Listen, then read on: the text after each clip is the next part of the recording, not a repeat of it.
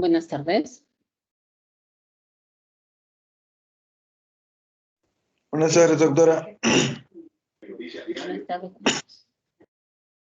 La disculpa del caso, había un error de comunicación con su delegado. Yo le dije una cosa y entendió otra. ¿Por qué quise hacer en una sola clase y todo directamente virtual para todos? Porque la clase es muy larga y hacer 2 sesiones es bien pesado. ¿Ya? Entonces, bueno, ya estamos en el camino a resolver nomás. Igual queda grabado, por eso era la intención del virtual. No entiendo cómo iba a ser presencial y virtual a la vez. Era más difícil, más fácil era virtual. Pero bueno, ¿me escuchan bien? Sí, doctora. Ya, chicos. Igual les voy a pasar las diapositivas. Voy a dejar para que estudien sobre esto. Ya con esta base ustedes pueden revisar el Fleischner. El Fleischner te habla de las características que tienes que dar en, en imágenes pulmonares, lesiones pulmonares, ¿ya? Entonces, imaginología de tórax, vamos a empezar un poquito con lo que son rayos X, ¿ya? Entonces, lo que vamos a ver son técnicas de exploración, criterios técnicos, lectura sistemática, radiografía de tórax y luego vamos a ver lesiones tomográficas, ¿ya? Entonces, cuando a ti te llega una placa de tórax, primero vamos a ver el nombre del paciente, ¿no? Si es qué edad tiene, no es lo mismo un problema, no sé, por ejemplo, cardíaco a nivel de un niño que un adulto. En un niño va a ser una cardiopatía congénita, en cambio en el otro, en un adulto va a ser una cardiopatía por secuela de algo, una insuficiencia cardíaca, por ejemplo, ¿no? Hay que ver por qué le están pidiendo, te va a llegar la orden y va a decir qué es lo que necesitan saber, ¿sí? Entonces hay que ver qué proyección le estamos tomando. Puede ser la proyección anterior-posterior, la posterior-anterior, la lateral, ¿no es cierto? Y es importante también la calidad de placa. Hay placas no informables. Esto es importante porque a veces hay patología que vamos a ver que parece que estuviera presente y en realidad no, solamente es un defecto en la calidad nada más, en una calidad no tan buena, pero me hace ver, por ejemplo, un proceso intersticial que no tiene el paciente, ¿sí? En cuanto a las proyecciones sistemáticas, la radiografía simple ofrece un buen valor diagnóstico, sobre todo cuando estás lejos, siempre les digo chucho, cuando están lejos, ¿no es cierto? Porque tiene bajo costo y gran utilidad. Entonces, es importante conocer estas proyecciones porque son importantes a la hora de hacer su indicación. Entonces, tenemos esta proyección póstero-anterior. ¿Se acuerdan que el rayo X viene por atrás? ¿Sí? El tubo está por acá y entra. ¿Cómo se para el paciente? Se para pegado hacia el buqui, la cabeza está pegada, los hombros lo pegan, manos a los costaditos, algunos decían así en la tetera, ¿no? Y se le pide que tome aire. Contenga, se le dice. Entonces, toma aire y escuchan el disparo. Y la imagen es esta, ¿no? Como estamos viendo acá. Sí, es una proyección posterior anterior. La proyección posterior anterior es la más común, es la que da mayor exactitud del tamaño cardíaco, ¿sí? Es la estándar de tórax. Tú le pides radiografía estándar de tórax, te tienen que hacer esta proyección posterior anterior, porque el paciente va a colaborar, va a saber bien, ¿no? Vamos a ver los criterios. Entonces, en la proyección posterior anterior, voy a ver lo que es parrilla costal, voy a ver diafragma, ¿sí? Y voy a ver también el contenido. Mi puntero. Entonces, en el contenido vamos a ver el mediastino, el corazón, los grandes vasos, la aorta, el conducto pulmonar que estamos viendo ahí, y lo más importante, los pulmones, ¿no es cierto? Entonces, eso es lo que vamos a ver. La proyección lateral es una complementaria de la posterior anterior. Entonces, las dos proyecciones sistemáticas, las dos proyecciones más importantes de la radiografía de tórax es la proyección estándar o posterior anterior y esta proyección lateral, ¿sí? Esta proyección es complementaria a la anterior, al estándar o al posterior anterior, porque es importante para ver patología mediastínica. Miren cómo se ve, en qué consiste o cómo se debe colocar. Se va a contactar con la película o con el buque, lo que quieras, pero del lado izquierdo del paciente. ¿Por qué? Y va a hacer que levante los brazos. ¿Por qué? Porque me da el tamaño real del corazón, ¿no es cierto? Porque está cerca al buque, entonces me da el tamaño real del corazón. Entonces voy a ver, ya saben, el esternón, la cintura escapular, los arcos costales, la columna dorsal, el diafragma. Miren, el que está más encima es el diafragma o el hemidiafragma derecho por la presencia del hígado y el que está más abajo es el hemidiafragma izquierdo. Luego los senos costofrénicos anteriores y posteriores, ¿no? El que está encima es el derecho y el que está debajo es el izquierdo. ¿sí? Y que contiene el espacio retroesternal, la opacidad cardiovascular y el espacio retrocardíaco. Entonces va a valorar el mediastino y sus compartimientos anterior, medio y posterior, ¿no es cierto? Yo te pregunto, ¿cuáles son las proyecciones sistemáticas? Y me vas a decir la proyección posterior anterior y la proyección lateral. Además de esto, tenemos las proyecciones complementarias. Estas proyecciones complementarias son, me aclara información que voy a obtener con la radiografía estándar de TARS. Entonces, tengo esta proyección anteroposterior. Esta proyección anteroposterior se realiza en pacientes que no pueden colaborar, en los pacientes que no pueden hacer esta posición, ¿no? Ponerse de pie, pegarse hacia el buki, pegar los hombros hacia adelante, las manos hacia los costados, ¿sí? Entonces, va a ser en pacientes que no pueden pararse, por ejemplo, en los pacientes que tienen algún problema, una paraplegia, por ejemplo, ¿no? O en pacientes que no pueden estar totalmente echados en la cama, pacientes en UCI, por ejemplo, o que tengan una lesión importante, que no colaboren en el grado muy menos de 8, ¿no? Entonces, en estos pacientes yo le voy a hacer eso. ¿En quién más? En niños, ¿no es cierto? Los bebitos, tú lo cargas, lo agarras y la proyección anteroposterior, ¿sí? Entonces, esta proyección anteroposterior, lo que voy a ver es la silueta, ¿no es cierto? La silueta cardíaca, voy a ver el mediastino superior, el mediastino inferior, y recordar que en esta proyección el corazón va a aumentar su tamaño en un 20% de su tamaño. Entonces, si yo puedo ver que el corazón está un poco grande, tengo que verificar si la proyección es anteroposterior, ¿no? Claro que si es más, obviamente, esta es una cardiomegalia, ¿sí? Entonces, para eso me sirve el anteroposterior. La proyección oblicua, esta es otra proyección que es útil para lesiones cercanas a mediastino, en ángulos costofrénicos o en la pared, ¿no? En la pared torácica.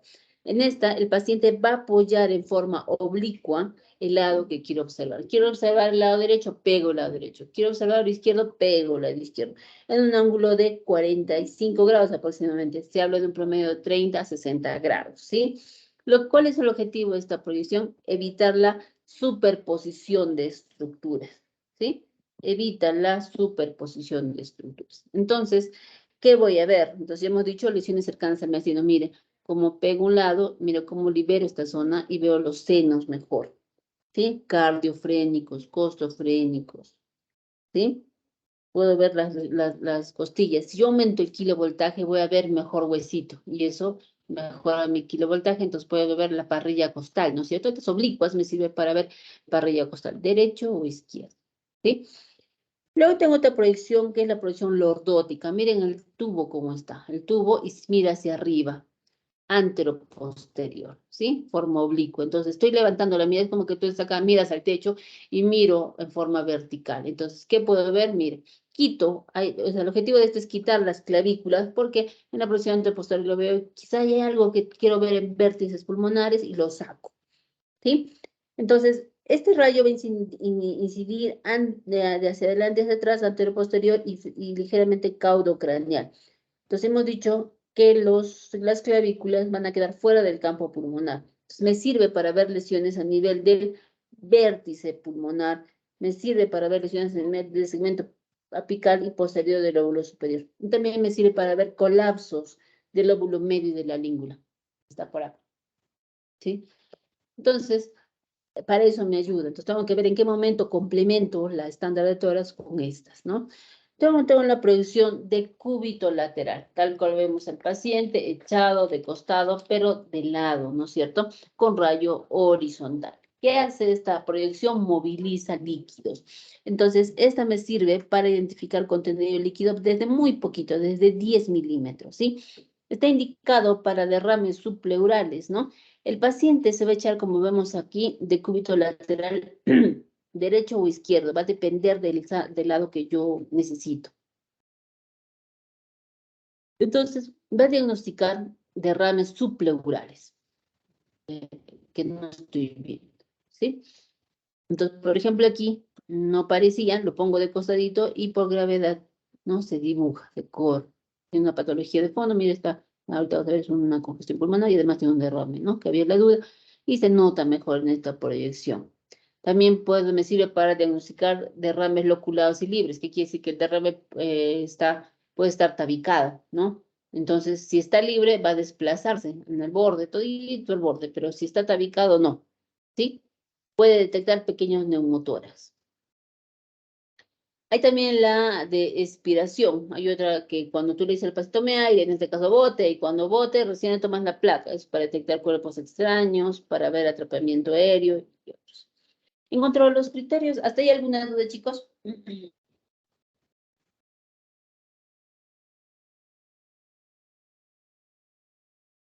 Recuerdo, no están.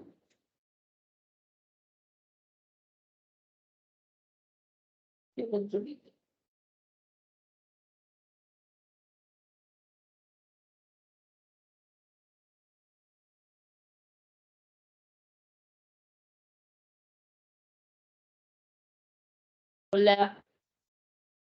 No hay dudas, doctora, creo. Sí, ya, pensé que se había cortado ya. Luego tenemos los criterios técnicos de imagenología respiratoria, ¿sí? Entonces, esto es para evitar errores de interpretación. Entonces, tengo que ver la calidad de la placa. Generalmente, ¿en cuál vamos a hacer? En el estándar de Torres, en la posterior anterior, pero también es aplicable para la anteroposterior. Solo tengo que diferenciarla nada más, ¿ya? Como diferencio por las escápulas que vamos a ver. Josué no está, creo. Josué se fue. No fue y se fue. Entonces, hay varios criterios que vamos a ver. Esta es una revisión en la cual me habla de 5 criterios de evaluación. La inspiración, penetración, centraje, angulación y magnificación. De estos 5, los que más me parecen importantes, de estos, porque los vamos a aumentar, es de inspiración, penetración y centraje. Entonces vamos a hablar un poquito de eso.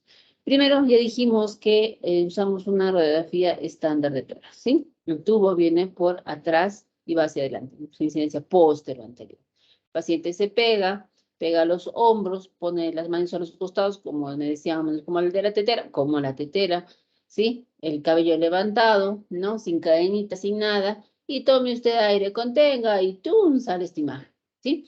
Qué bonita. ¿Por qué les pongo esta? Porque esta es la estándar de Torres, es una placa normal, y ustedes tienen que aprender a mirar una placa normal para entender, ¿ya? Para entender las patologías, o reconocer, mejor dicho, las patológicas, ¿sí?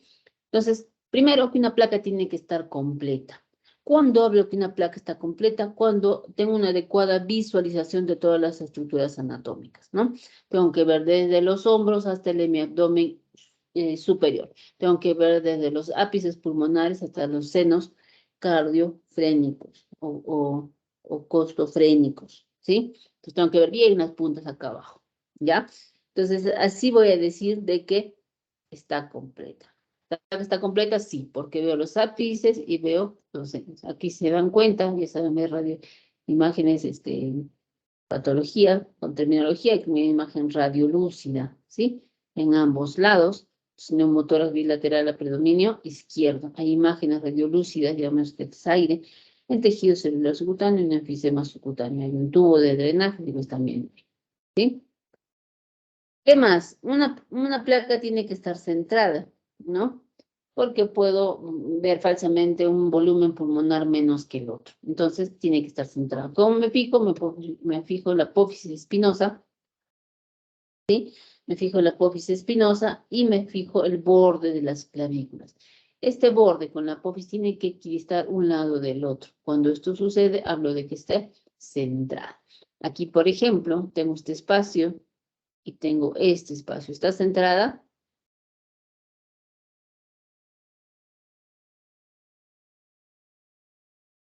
Hola.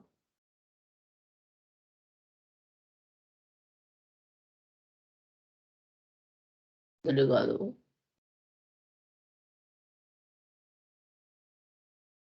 Josué. Esta placa está centrada. Sí, sí, doctora. Aún, Mira este espacio. Este espacio es pequeño, diferente a este espacio. ¿Sí? Aquí está más ancho que acá. Entonces esta placa está rotada. ¿Sí? A simple vista parecen equidistantes, pero si te fijas un poquito, acá hay menos espacio que acá. Entonces parecería que algo, ¿no? ¿Para qué me sirve? Para telectasis, por ejemplo. Pero como yo estoy viendo que está rotada, está normal, ¿sí? Otro criterio es que esté bien inspirada. Cuando le digo al paciente, tome aire, contenga. ¿Por qué? Porque me va a ampliar el campo pulmonar, ¿sí? En cambio, con una paciente, una placa está inspirada, el volumen pulmonar disminuye.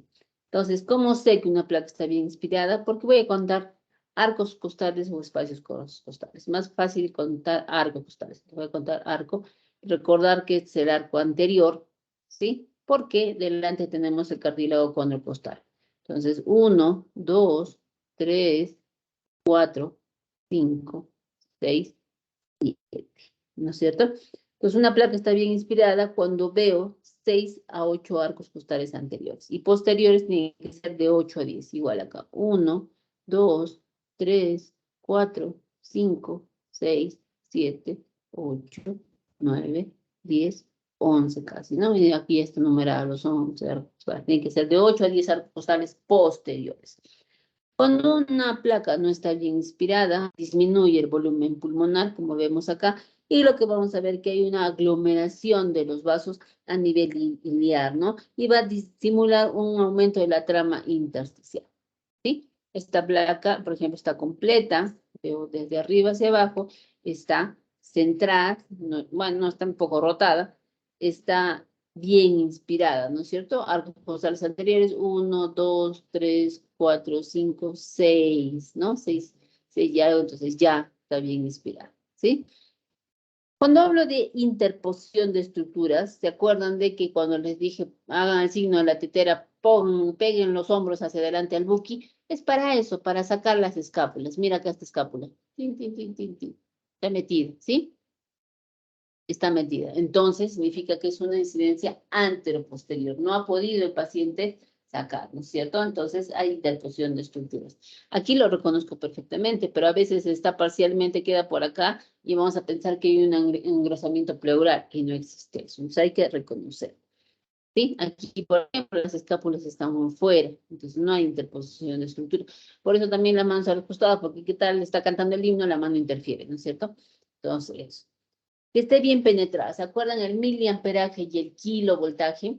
¿Sí? Entonces, aquí, ¿quién tiene que ver con la imagen? El kilovoltaje. Entonces, tiene que haber un buen contraste de tonos grises. Tengo que ver, distinguir el blanco y el negro. Entonces, debe verse, ¿cómo debe verse?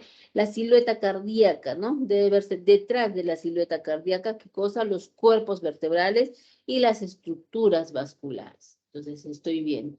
¿Qué más me voy a fijar? O sea, puedo ver eso y me puedo fijar que veo las 4 primeras vértebras dorsales bien y solamente el cuerpo a través de eso, ¿sí? Cuando yo dejo de ver eso, digo que está sobreexpuesta o subexpuesta, o es una placa blanda o es una placa quemada, por ejemplo, ¿sí? Aquí, por ejemplo, ya, quemada. Y acá pueden ver la trama vascular, ¿sí? Pueden ver la trama vascular. En cambio acá, ¿puedes ver la trama vascular? No puedes ver. Puede haber nódulos, hay muchos nódulos, un sueltaglobos, y no los va a ver, ¿sí? Entonces es una placa muy quemada. Veo la columna bien a través de la silueta cardíaca con los vasos, no, está quemada. Todo lo contrario, una subexpuesta. No veo nada de columna, no veo, todo lo veo blanco, ¿no es cierto? Entonces veo una exageración de la trama, una exageración, podría haber un intersticial. Y no es así, sino que no es informable porque está subexpuesta. Un artefacto que estoy viendo acá es esta marca, ¿no? De la placa, es un artefacto que ya nos toca ver acá. Todos los artefactos es todo lo que no le pertenece al paciente, ¿sí? Que puede ser un error en la placa. Por ejemplo, aquí estoy viendo por encima del hombro, parece un patrón intersticial, ¿no? Y adentro también. Entonces significa que esto es de la placa, de la máquina. Otro artefacto que puede ser, como vemos acá, ¿no es cierto? Esta imagen, ¿no? Que no es que sea aire, lo que pasa es que lo han doblado, han metido la uña y es lo que ha quedado, ¿no?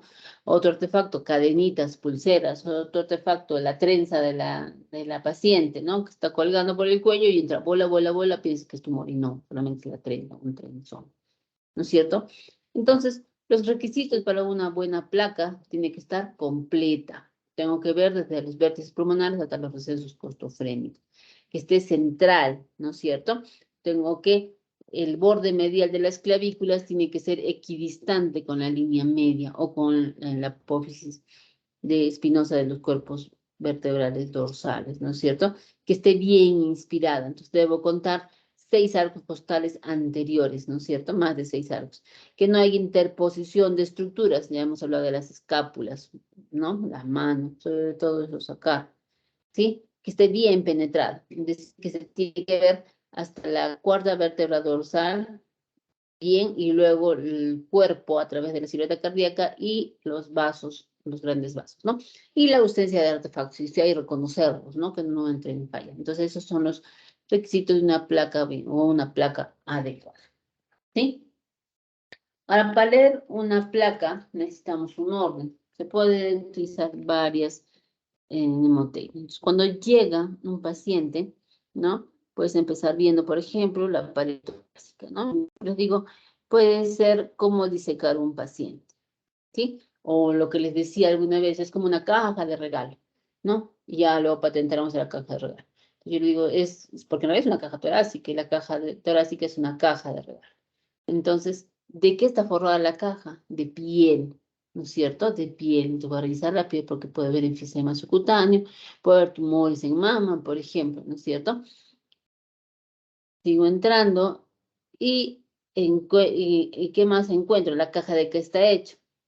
De huesos. Nos hablo de las costillas, del esternón, de las clavículas, ¿no? De la escápula, porque puede haber tumores. En pacientes mayores de 80 años, si estoy teniendo dolor costal, voy a pensar en mieloma múltiple. ¿Ya? Entonces, cuando ya abro mi caja, voy a ver los diafragmas, ¿no? Los diafragmas. Recordar que el derecho es más alto que el izquierdo, de 1.5 a 2 centímetros de diferencia, no hay problema. El detalle es que el izquierdo no sea más alto, porque no tendría sentido. Acá tiene el hígado que les empuja, en cambio acá no. ¿Sí? Es el diafragma. Entonces, tengo el corazón. ¿Sí? Entonces, encuentro mi regalo y es el corazón. Entonces, al corazón tengo que medirlo, ¿no? Entonces, puedo ver si está grande o no. Entonces, para eso veo el índice cardíaco. ¿Ya? El índice cardíaco, en el cual...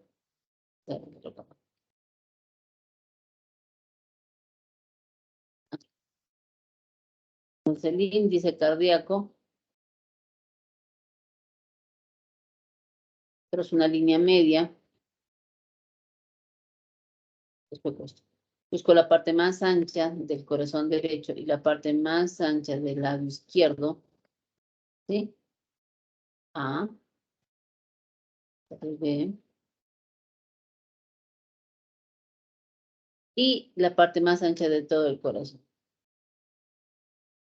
¿Sí? Pues sería C. Entonces el índice cardíaco va a ser A más B entre C, que no tiene que ser más de 0.5. ¿Sí? A partir de eso ya hablamos de cardiomegalia leve, moderado, severo, de acuerdo al valor que encontremos. ¿Ya? Puedo ver la forma del corazón, siempre la punta debe ir hacia la izquierda, ¿no? Tengo el cono de la aorta, el botón aórtico, el cono de la pulmonar, la aurícula izquierda, el ventrículo izquierdo, ¿no? La vena cava que entra por acá, la aurícula derecha y el ventrículo derecho, ¿ya? Tenemos el índice cardíaco. Entonces, una vez que quiero sacar el corazón, no me deja salir porque encuentro los cilios. Los cilios pueden medir hasta 2 centímetros.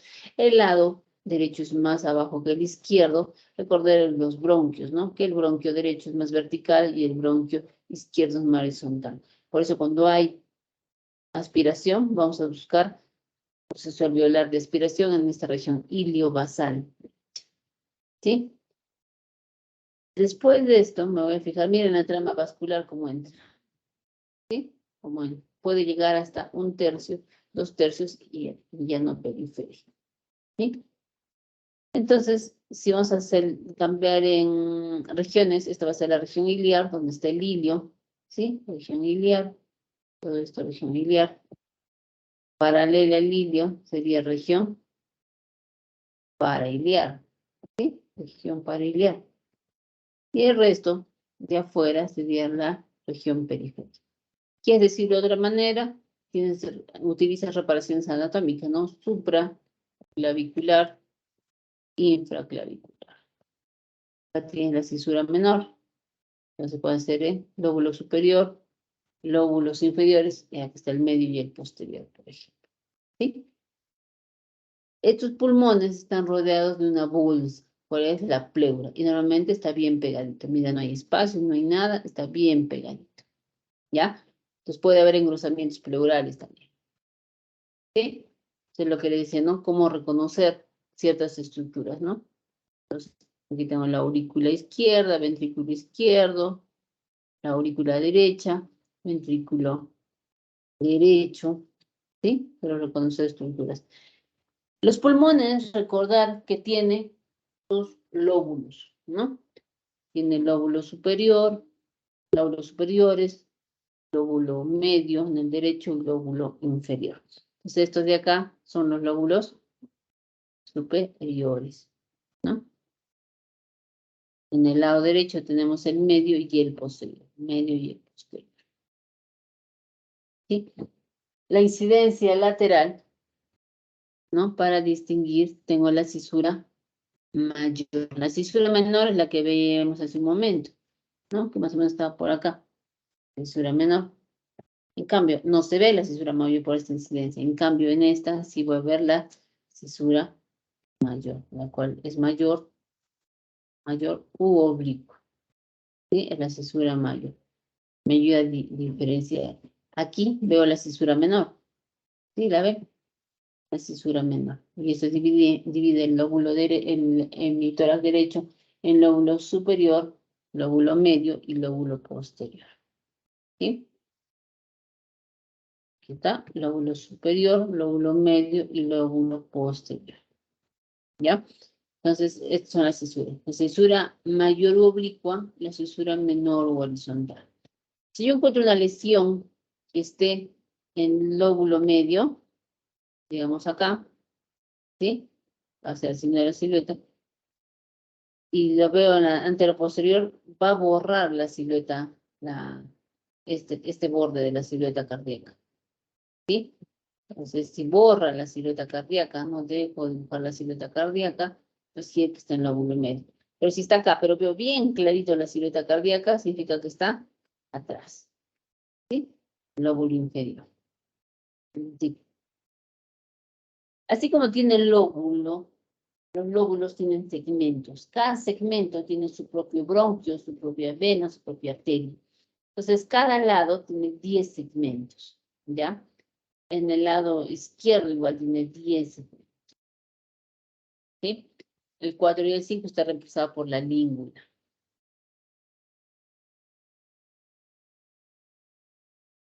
¿Una duda hasta ahí en la lectura?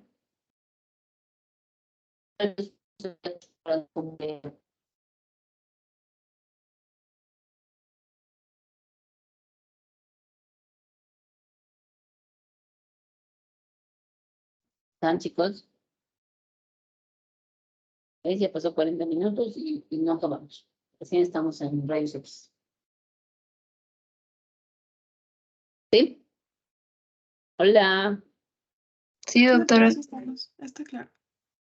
Ya. Recordando un poquito de tomografía, acuérdense de los cortes, ¿no es cierto? El verdadero corte es el axial y los demás son reconstrucciones, ¿sí?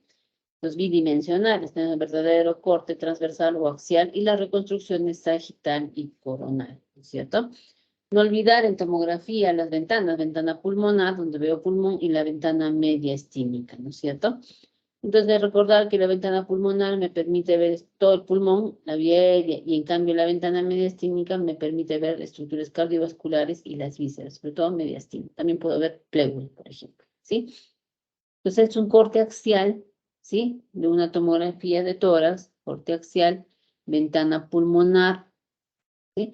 Y empiezo a reconocer estructuras. Este es un tórax normal, o sea, aprendan a mirar un normal, ¿sí? Bueno, acá mira tomográficamente la cisura menor y la cisura mayor. Hay un silencio alrededor, se ve como más oscurito, ¿no es cierto? ¿Sí? Entonces, este es el lado derecho y este es el lado izquierdo. El lado izquierdo, el lado derecho tiene cisura menor y oblicuo, y el lado izquierdo solo el acceso mayor. Entonces, para entender la patología que vamos a ver por tomografía, tenemos que saber qué es el lobulillo pulmonar secundario, ¿sí? El lobulillo pulmonar secundario es la unidad anatómica básica de la estructura y función pulmonar. Es un poliedro, como vemos aquí, es un poliedro que mide, como dice acá, de 1 a 2.5 centímetros, ¿sí? Y que dentro va a tener alveolos, va a tener de 3 a 12 acinos y va a tener 3 a 5 bronquiolos terminales, ¿ya? Entonces, dentro va a tener aquí una arteria pulmonar acompañada de un bronquiolo, ¿sí? Estos lobulillos pulmonares están separados por un septo interlobular, que es el tejido conectivo, ¿no? Que contiene además, como vemos ahí, las venas y los linfáticos, las vénulas y los linfáticos, ¿sí? Entonces, este lobulillo pulmonar secundario está delimitado por los septos interlobulares. Luego ustedes dirán, ¿cuál es el lobulillo o lóbulo pulmonar primario? ¿No? Es más pequeño y este depende del acino. Esto depende del acino.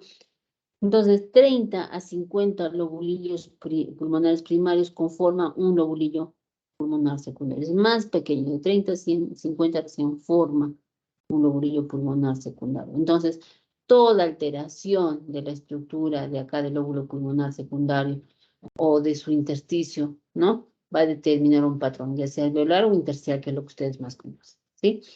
Entonces, ya para entender un poco de tomografía o de patología pulmonar, ¿ya? Entonces, hay patrones parenquimales. Pueden ser patrones que aumentan la atenuación o que disminuyen la atenuación. Si hablamos de patrones que aumentan la atenuación, hablamos del proceso alveolar, ¿sí? Del proceso parenquimal o intersticial. En cambio, los que disminuyen la atenuación, hablamos de quiste, todo lo que se vea hipodenso, ¿no? Puede haber enfisema, imágenes en panal de abeja, ¿eh? Entonces tenemos las opacidades reticulares, ¿no? Reticulares o reticulaciones, si quieres. Las imágenes se forman como un patrón en forma de red, ¿sí? Generalmente es el resultado de regiones interlobulillares, ¿no? Interlobulillares. Entonces, ¿se acuerdan del lobulillo pulmonar secundario? ¿Sí? Donde tienen el septum interlobular. Entonces, recuerden que medían de 1 a 2.5. Va a haber un engrosamiento de sus bordes, ¿no? De los septos interlobulares. También dentro de, más pequeñitos, intralobulares, ¿no? Entonces, al haber engrosamiento, ¿no? Vamos a ver ese patrón, ¿sí? ¿Por qué preferimos el tacar? Porque el tacar me da cortes finos de 1 a 2 milímetros. Pero quería mencionar que ahora hay tomógrafos, porque estamos viendo el tomógrafo en el hospital, traer uno propio, que los tomógrafos ya vienen con cortes ultra finos, pueden llegar hasta medio milímetro, ¿sí? Alguna buena noticia también que ya están trayendo con menos radiación, que es muy importante, ¿no? Mucha menos radiación. Yo preguntaba a partir de qué generación, a partir de qué corte. Desde el básico ya tiene la menor radiación posible, ¿no? Sentacar, que son los finos, ¿no? Lo contra fino, entonces me sirve esto, ¿sí? Entonces, ya hemos dicho que hay un engrosamiento de las regiones interlobulares y también intralobulares, ¿no es cierto? Entonces, eso se va a ver más que todo en periferia y en base de pulmón, ¿sí?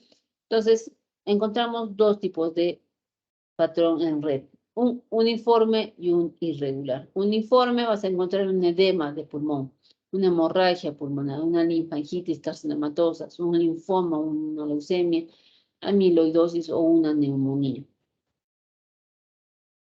¿Ya? En cambio, el patrón reticular irregular lo vas a encontrar en la fibrosis pulmonar. Si yo te pregunto, patrón reticular irregular, ¿en qué enfermedad encuentras? Te voy a poner fibrosis pulmonar intersticial y tienes que marcar esto, ¿sí? Entonces, aquí, por ejemplo, estoy viendo ese engrosamiento de las regiones interlobulares, ¿no? Mira cómo entra. Van a ver el empedrado, cuando vean Robinson Fleissner, van a ver eso. ¿Sí? Entonces hay un engrosamiento de los septos inter, no intra, no es chiquitín, es interlobulares, ¿no? Como se engrosa tomográficamente. Aquí están viendo un panal de abeja, ¿sí?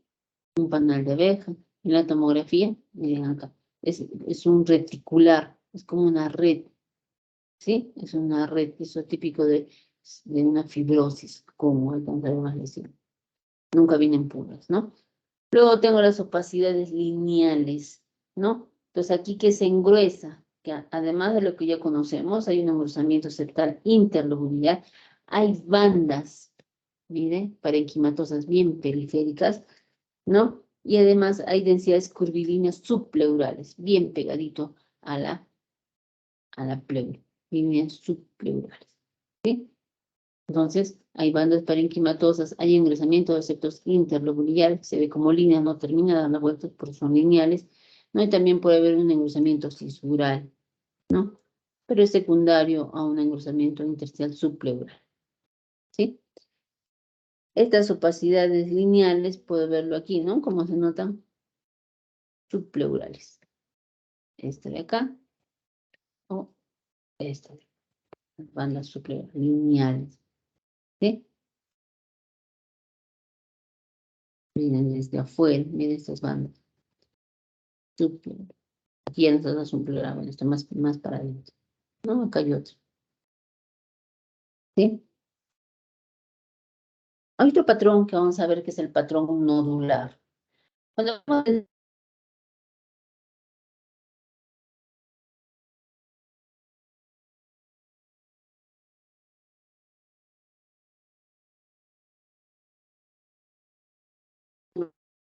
hablamos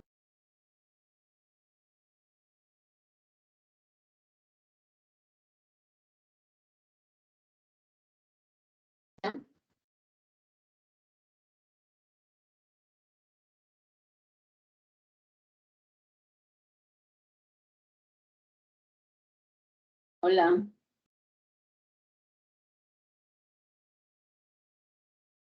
Doctora, sí, se fue por un minuto su internet y no se escuchó muy bien.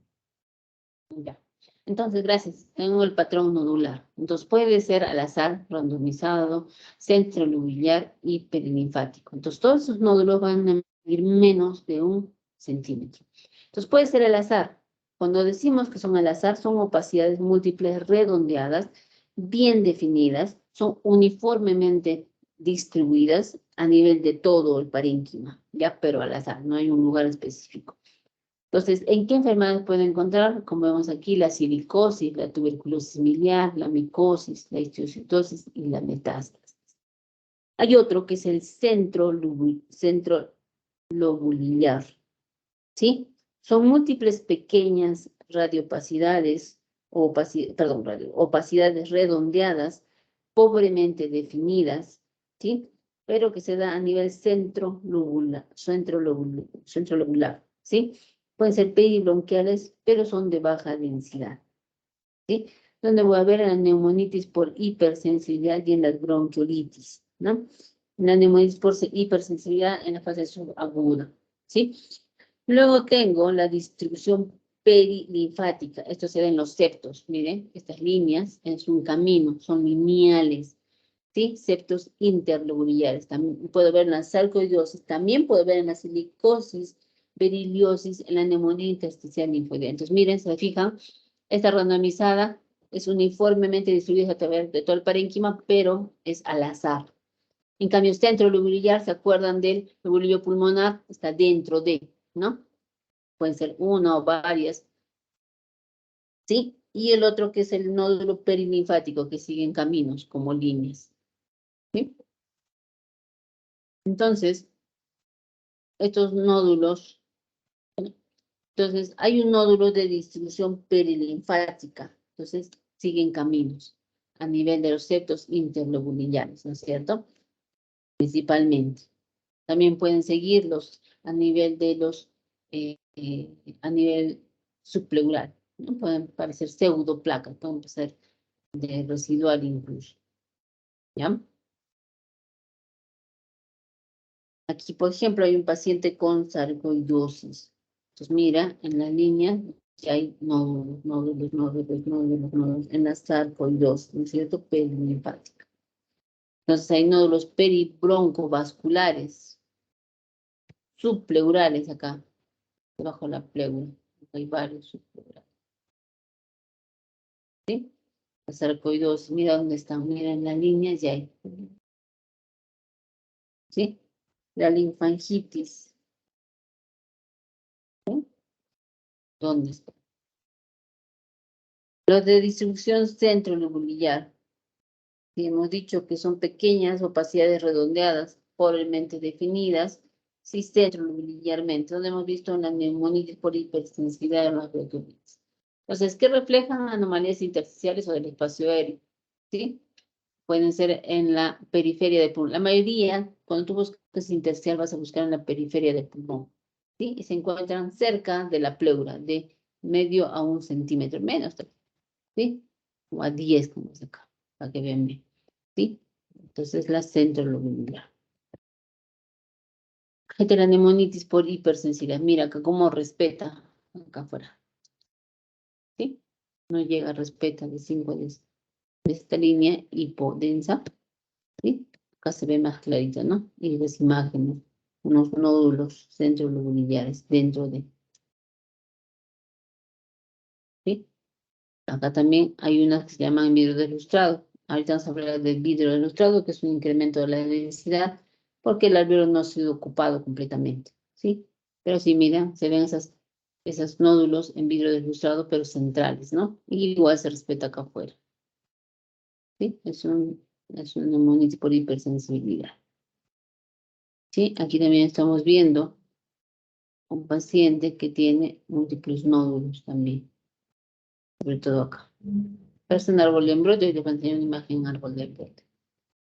Los de distribución aleatoria o al azar, hemos dicho que son bien redondeadas y bien definidas, ¿sí? Pero que están distribuidas en todo el parénquima. Miren, de todo el parénquima, ¿sí?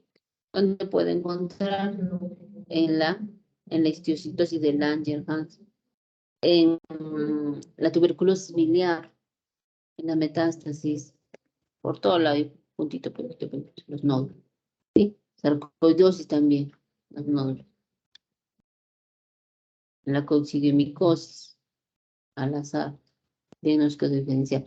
El ATV miliar debe ser el principal simulador de todo. Entonces, ven ahí, ventana pulmonar y mira, full puntitos, 4 miliar. ¿Sí? Aquí son nódulos, pero más grandes, pero son menores de 1 centímetro. ¿Sí? Son metástasis. ¿No?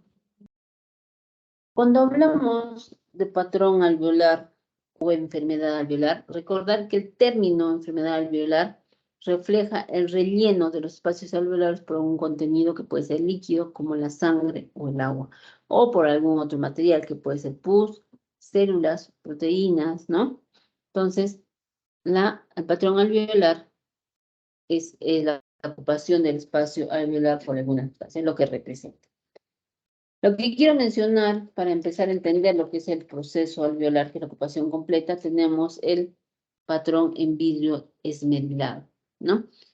Esto es un aumento de la densidad pulmonar que va a ser visible en la tomografía. También puedo verlo por los rayos X, y también puedo verlo por los rayos X, pero obviamente lo voy a ver mucho mejor por la tomografía, ¿no?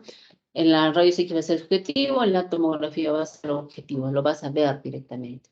Entonces me permite, es como poner el velo de la novia, ¿sí? Entonces permite ver las estructuras internas, ¿sí? Eso es lo que es el vidrio deslustrado. ¿Qué va a representar el vidrio deslustrado? Va a representar engrosamiento septal del septo del lobulillo pulmonar secundario. Va a hablar de que también va a haber un engrosamiento a nivel de la pared alveolar, o puede haber una ocupación parcial del alveolo. Entonces, este patrón en vidrio deslustrado se va a dar en cualquier proceso que disminuya la cantidad de aire en el parénquima pulmonar, pero que no llega a obliterar completamente los alveolos. Generalmente se da en fases agudas. Si ves un vidrio deslustrado, ya ve que están agudas o aguda, por ejemplo, ¿no? Y muchas veces es reversible. Tomográficamente, como dice ahí, vamos a ver que hay un aumento de la densidad del parénquima pulmonar, pero los puntos anatómicos están visibles.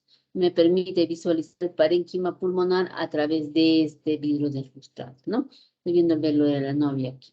En las partes normales y el resto velo de la novia. En COVID hemos visto bastante esto.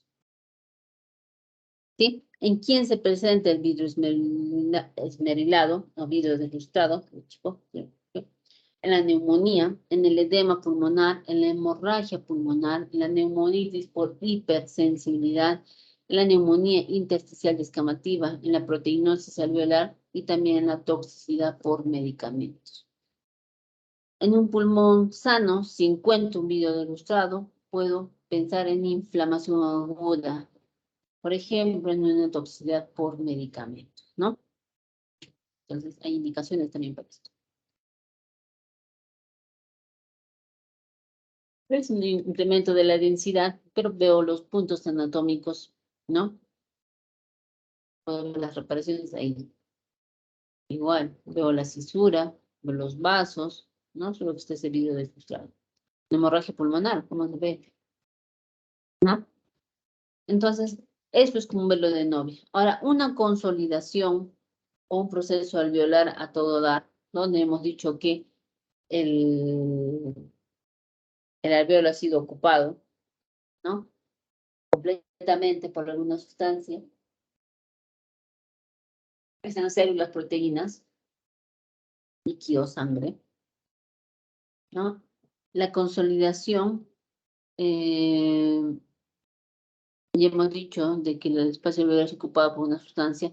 Vamos a ver un incremento de la densidad, pero que borra las estructuras vasculares y bronquiales, ¿no? Eso vamos a ver en tomografía. Pero en rayos X vamos a ver un incremento de la densidad, una radiopacidad algodonosa, mal definida, muchas veces delimitada, ¿no? Que se caracteriza por tener broncograma aéreo integral. Entonces, algo que quiero que se quede grabado y que les voy a preguntar en su examen, ¿cuáles son las características radiológicas de enfermedad alveolar? Entonces, es la condensación alveolar, la cual está caracterizada por tener márgenes mal definidos, tienen tendencia a la coalescencia, ¿no? Tienden a juntarse, ¿sí? Y que va a tener broncograma aéreo, ¿ya?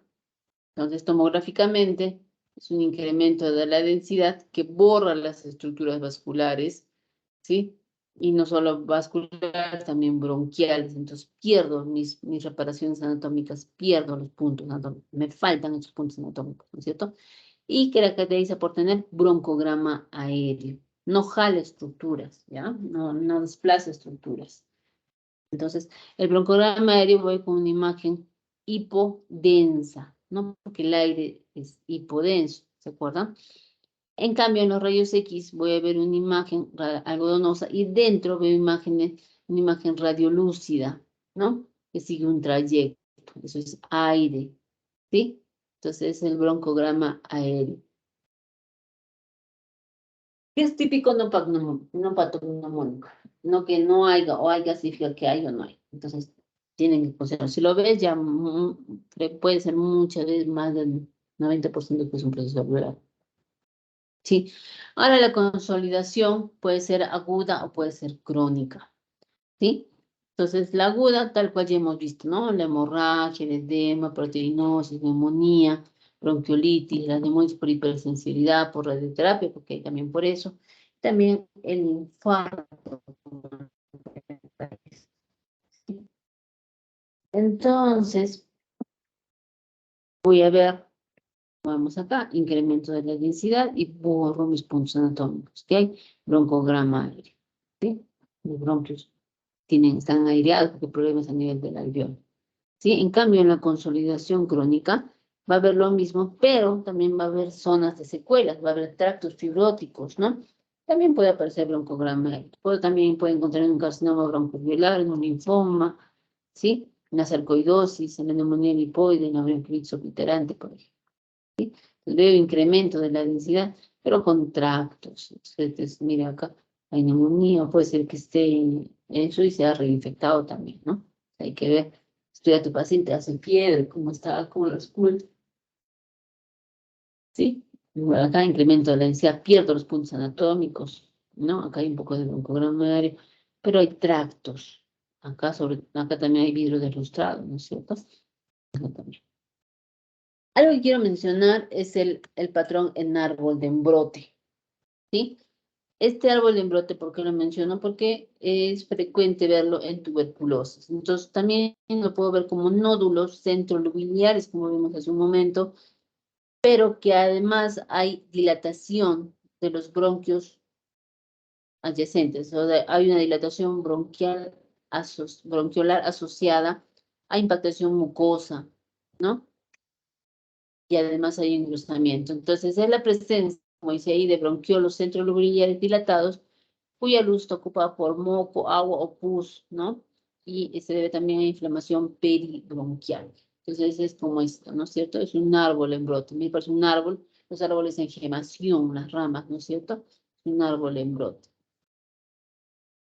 ¿Sí? Aquí en tomografía, igual que también, acá vemos un poquito más como un árbol en brote. ¿En quién voy a ver? En la tuberculosis. De hecho, cuando tú ves esto, lo primerito que piensas es tuberculosis. Puedo ver en cáncer, ¿sí? Es un cáncer. Varias lesiones metastásicas y pues un árbol en brote. Enfermedades intersticiales en la fibrosis quística, ¿sí? Entonces, el árbol de brote traduce una zona inflamatoria que tiene impacto de moco y engrosamiento de la pared, ¿sí? La telectasia. ¿Qué es la telectasia?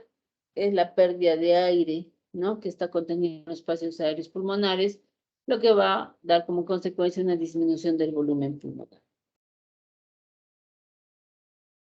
Entonces, hay una pérdida del volumen pulmonar que puede ser localizado o global. Entonces, hay que diferenciar la telectasia del colapso. Te voy a poner en tu examen. Colapso es atelectasia.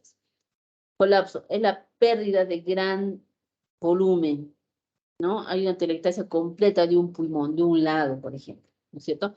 Tengo que conocer los signos directos y los signos indirectos, tanto rayos X como tomografía. Entonces, signos directos, desplazamiento de las fisuras interlobulares. La telectasia jala para su lado, ¿no? Por lo menos que jala, va a subir los vasos, ¿no es cierto? Y los bronquios. En cuanto a los signos indirectos, hay aumento de la opacidad, pero focalizada. Hay elevación del diafragma, hay desplazamiento del mediastino, se hipersufle el pulmón contralateral, los cilios se desplazan porque está jalando a un lado, las costillas también se pueden aproximar, ¿no? Y ahí sí no va a haber broncograma aéreo, pero podría haber, también nada es absoluto, muy poco. Entonces aquí veo una imagen radiopaca, ¿no? Una imagen radiopaca que jala, mira la tráquea, ¿sí? Jala la tráquea, la cinturón, no, acá no ayuda, pero veo que jala la tráquea. Entonces yo estoy viendo y me parece que fue una telectasia. Le hago una tomografía y en la tomografía, como un corte axial, en este caso ventana mediastínica está con contraste, ¿no? Vemos que hay una lesión acá.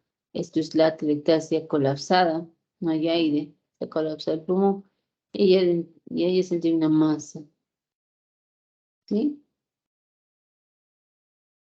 Entonces, jala estructura, ¿no? Entonces, lo que no deben olvidarse, que la va a venir en su pregunta, ¿no? ¿Cuáles son los signos directos y cuáles son los signos indirectos de la telectasia? ¿Qué te hace sospechar en la telectasia? Que entra al diagnóstico diferencial justo junto con la enfermedad alveolar. La diferencia es que uno jala estructuras y el otro no. ¿Sí? ¿Dudas hasta ahí?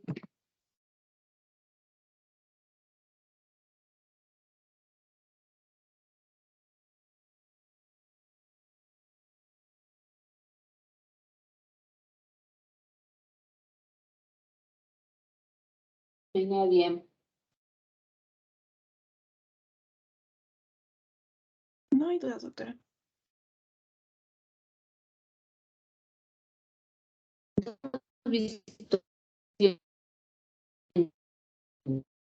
Algo que disminuye la tensión pulmonar, y es el panal de abejas. El panal de abejas, los quistes pulmonares, el enfisema, las bulas, neumatocelios, los nódulos, las bronquiectasias, la perfusión mosaico y el atrapamiento aéreo. ¿Ya? Aquí están las diferentes lesiones. La bronquiectasis, la de abeja, los quistes, el enfisema, ¿sí? Eso es lo que vamos a ver.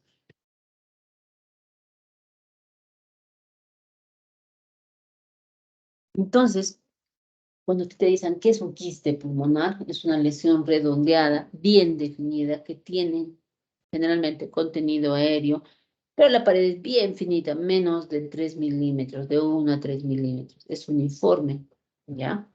Entonces, ese es un quiste pulmonar.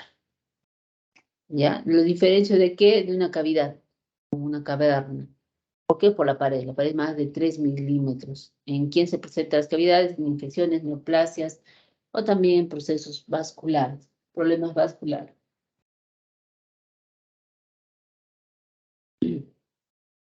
Entonces tengo patrones, patrón quístico al azar, ¿no? En el patrón quístico al azar son lesiones cavitadas, redondeadas, bien definidas y parecen muy delgadas. ¿Dónde voy a ver esto? En la histiocytosis. En la linfangioleyomatosis, sarcoidosis, en la neumonía intersticial linfocítica, en el enfisema centrolobular. ¿Ya? Entonces son los quistes, como vemos aquí, al azar, de forma desordenada. ¿Sí? Es una histiocytosis de células de la linfa. Tiene muchos quistes, imágenes redondeadas y pared bien delgadita. ¿Sí? Esta es la linfangiomatosis. Son paredes bien delgaditas de 1 a 3 milímetros y están distribuidas al azar. Mira, hasta el borde, mira, hasta el borde, los bordes chiquitines. ¿Sí? Hay otra linfangiomatosis, no tan severa como la anterior. ¿Sí? Luego tengo el patrón quístico en panal.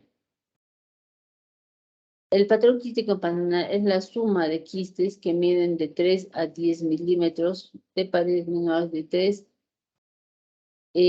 milímetros y que pueden ser agrupados en regiones subpleurales. Está la neumonía intersticial usual, enfermedad del colágeno, asbestosis, neumonía por hipersensibilidad y fibrosis inducida por fármacos. ¿Ya? Entonces tengo, por ejemplo, la fibrosis, ¿no? Esta imagen la hemos visto hace un momento, o lesiones quísticas, ¿sí? Entonces también puedo hablar de panal de abeja, ¿no? Cuando dicen panal de abeja, el panal de abeja en sí va a representar áreas de pulmón destruido y fibrótico, donde la arquitectura se ha perdido y se va a asociar a tracción de bronquiectasis, ¿ya? Entonces, en una zona de panal de abeja es una zona que no funciona para la difusión de gases, por ejemplo. ¿Ya? Ese es el panal de abeja. Aquí estoy viendo unas imágenes en panal, en la placa de tórax y le pido su tomografía también, pero mira, periférico, en panal muy periférico. ¿Sí? Algo que tienen que conocer son las bronquiectasias. ¿Qué son las bronquiectasias? Son dilataciones anormales e irreversibles de los bronquios. ¿Sí? Que hay alteración del epitelio ciliar, ¿no? Entonces, como dice ahí, son irreversibles, hay engrosamiento de las paredes. Entonces, las bronquiectasias son el resultado final de las diferentes enfermedades, ¿no? Recordar que el bronquio normal, normalmente un bronquio es muy pequeñito, ¿no? Y siempre está acompañado de un vaso. Pero en una bronquiectasia, el bronquio es mayor que el diámetro del vaso. Entonces, el bronquio supera al diámetro del vaso y hacemos lo que es el signo del anillo del sello, que es el típico de las bronquiectasias, patognomónico, digamos. Hay varios tipos de bronquiectasias, cilíndricas, varicosas y quísticas, ¿sí? Las cilíndricas, ¿no? Las cilíndricas, como dice ahí, hay una dilatación uniforme hasta que la luz adquiere un calibre normal, y acá se escribió normalmente, ¿sí? De forma brusca, es una bronquiectasia cilíndrica, ¿sí? Las quísticas, como quistes, ¿no es cierto? O saculares, como saco, ¿sí? Hay dilatación del bronquio que termina en un saco, pues solo tienes que seguir al bronquio y termina en un saco, una dilatación quística, ¿sí? Luego hay las varicosas, que es una dilatación irregular a forma, como rosario, arrosariado, que va alternando con zonas estrechas con otras zonas dilatadas, ¿sí? Eso es a ver, quiero ver un bronquio para enseñarles el signo del anillo de sello.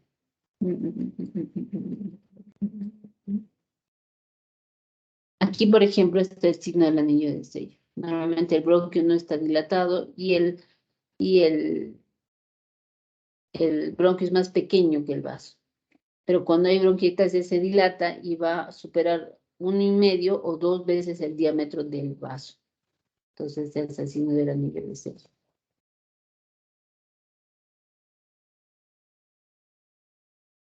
¿Y qué lo veo en los cortes transversales? Miren acá este anillo, este bronquio dilatado, y aquí está el diamante, digamos. Signo del anillo de sello. ¿Ya? Aquí no se ve, pero acá se ve un poquitín, ¿sí? Y el resto, el anillo, el diamantito. Entonces es el signo del anillo de sello, ¿sí? Muchas de las varicosas. ¿Qué más tienen que saber? Enfisema. El enfisema se caracteriza por la formación de espacios aéreos distales al bronquiolo terminal. ¿Debido a qué? A que se va a destruir las paredes alveolares, ¿sí? Se clasifica según la parte del acino que se encuentre predominantemente afectada. Puede ser la lesión a nivel centrolobulillar, ¿no? Es decir, proximal. Puede ser proximal, como vemos, puede ser distal o paraseptal, ¿no? O puede ser que esté todo el acino alterado, entonces panacinal. Puede ser centrolobulillar, panlobulillar o paraseptal. En el caso del enfisema centrilobulillar, ya, miren acá, entonces es más proximal, no se va a periférico. Diferente al panacinar, que es todo. Ya casi no hay ni pared. ¿Sí? Se ha destruido las paredes alveolares, ¿sí? Y solo quedan los espacios. Entonces, panacinar, todo es así. En cambio, el paraseptal es bien periférico, ¿sí? Paraseptal es bien periférico, ¿sí? Bien periférico.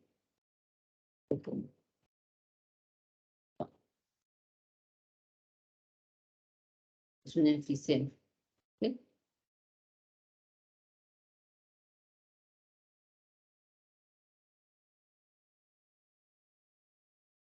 Luego tenemos el nódulo pulmonar solitario.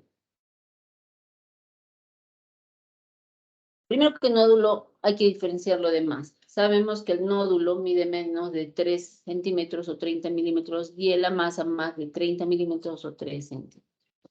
Entonces, un nódulo pulmonar solitario es la lesión nodular única de diámetro menor de 3 centímetros, ¿no es cierto? Entonces, hay varios tipos. Voy a ver, aquí estamos viendo 3, ¿no? El nódulo sólido, el nódulo subsólido y un nódulo en vidrio deflustrado, ¿sí? Entonces, podemos clasificar, ¿no? Puede haber homogéneo, puede ser heterogéneo, puede ser un heterogéneo mixto o completamente sólido, ¿sí? Entonces, un nódulo, cualquier lesión que tú encuentres que está solita, ¿no es cierto? Lo vas a poner en Hanfield, que decía tiene, ¿no? Sólido bien delimitado, subsólido, ¿no? Como en vidrio ilustrado, mejor dicho, en vidrio ilustrado acá, y entre los dos, parcialmente sólido, ¿no? ¿Cómo es el manejo? Cuando encuentro un nódulo y mide menos de 8 milímetros, puedo hacerle seguimiento tomográfico. Le hago la tomografía y lo sigo. Sí, pero cuando encuentro un nódulo mayor de 8 milímetros, pero no está calcificado, ya estoy pensando mal y mi siguiente paso es hacer un PET scan. ¿Sí? y si encuentra otro nódulo de otras características, solo se hace seguimiento. Entonces, para mencionar que los nódulos o que el cáncer de pulmón puede clasificarse en carcinoma de células pequeñas y células no pequeñas, ¿no?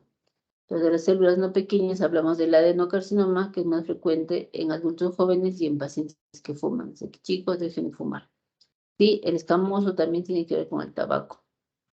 Y luego tenemos el de las células grandes. Aquí, por ejemplo, es un nódulo, ¿sí? Que en la ventana pulmonar y en la ventana mediastínica, como se ve. Existe el nódulo. Una masa, no más de 3 centímetros.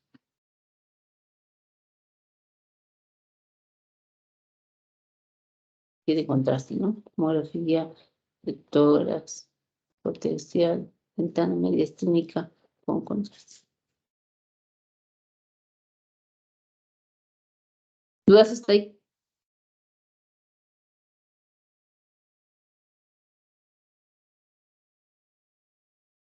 ¿Vieron que es harto? Posible hacer un video. Y todavía repetir después con los de virtual. Mejor todo virtual, pues compañía, todo virtual. ¿Están? Apagué mi audio, pero ya no lo repito.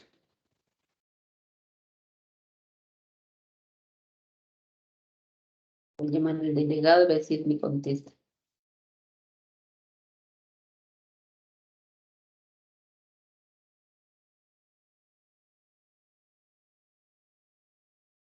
Hola. Sí, doctora. Despertaron.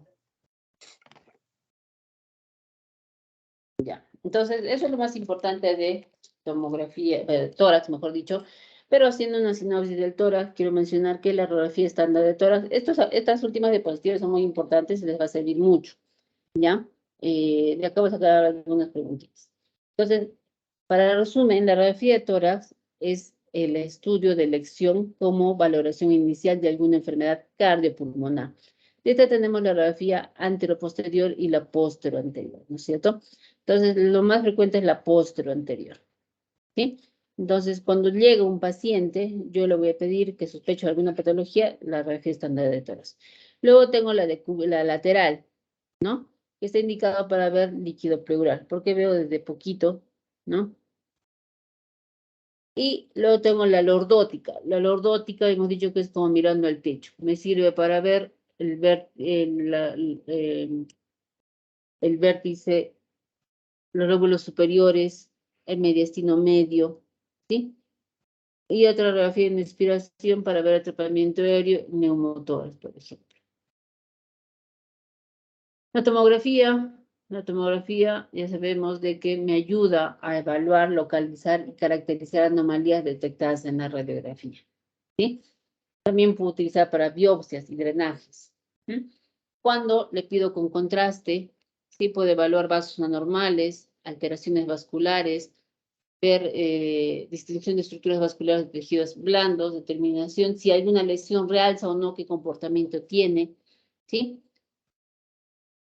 Y también tengo otro estudio que puede ser la angiografía por tomografía. Entonces, es una imagen vascular, ¿no? Hay la angiografía pulmonar para evaluación de enfermedad tromboembólica y la aortografía para evaluación de la lesión traumática, disección y aneurismas aórticos. Entonces, la angiografía, ¿no? Me sirve mucho. Entonces, luego tengo la tomografía de alta resolución, el TACAR, ¿no es cierto? Que son muy, muy finitos que hablábamos y me sirve principalmente para ver lo que es pulmón. No olvidemos las reconstrucciones, ¿no? Las reconstrucciones. Ya también podemos hacer otra reconstrucción como la broncoscopía virtual o la angioscopía virtual. ¿Sí? En el caso de la resonancia magnética, la indicación es que cuando quiero ver corazón y grandes vasos, ver estructuras vasculares de los tejidos blandos, ¿no? Cuando no puedo usar contraste, puedo evaluar el mediastino y los cilios, sí puedo evaluar la pared torácica y el diafragma. La angiografía puede ser angiografía pulmonar, donde voy a canalizar el sistema pulmonar arterial y está indicado para evaluar las alteraciones vasculares pulmonares congénitas y adquiridas para la enfermedad tromboembólica, ¿no? pero esto ya se emplea mucho menos. La ortografía, canalizo la aorta proximal y está indicado para evaluar lesiones traumáticas de la aorta y los grandes vasos, para evaluar malformaciones vasculares, arteriales, congénitas y evaluación del calibre e integridad de las luces de la aorta y los grandes vasos. Luego tengo la arteriografía de la arteria bronquial e intercostal, ¿no? Ahí se va a canalizar la arteria bronquial o intercostal y es para el diagnóstico y tratamiento de las hemoptisias. En cuanto a otras modalidades de estudio en radiología de tórax, tenemos la medicina nuclear, que es una gamografía de ventilación-perfusión para ver enfermedad tromboembólica, para evaluar la función pulmonar pre y postoperatoria. La tomografía por emisión de positrones, ¿no? Determina la actividad metabólica de las lesiones, estadifica neoplasia maligna, ¿no? Y se puede usar con mejor dicho, el PET-CT. El PET-CT es la función de la tomografía, ¿no es cierto? Con ese metabolito que es análogo a la glucosa. Finalmente, la ecografía siempre me va a servir en el caso de tórax para ver derrame pleural, ¿no? Y me ayuda a distinguir si es un líquido suelto o es un líquido loculado o tabicado. Puedo planificar la toracocentesis, donde voy a pinchar. Puedo planificar la biopsia, ¿no es cierto? Y también otro estudio que puedo ver si el diafragma está funcionando o no. Hay una M que le decimos al ecógrafo. ¿Ya? ¿Hasta ahí alguna duda?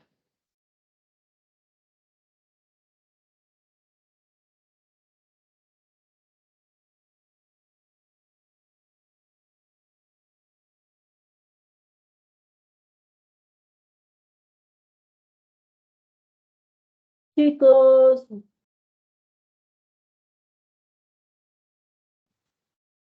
Todo claro, doctora. Todo claro, doctora. Josué, ¿estás? Josué. Se fue Josué. Entonces, chicos, hasta ahí llegamos, estudien. Voy a mandar temas para que mis grupos se pongan. No sé cómo hace la doctora Mónica. Nos vemos el viernes y el sábado. Cuídense, chicos. Nos vemos. Hasta luego, Doctora. Gracias, doctora. Hasta luego. Pues, nos vemos.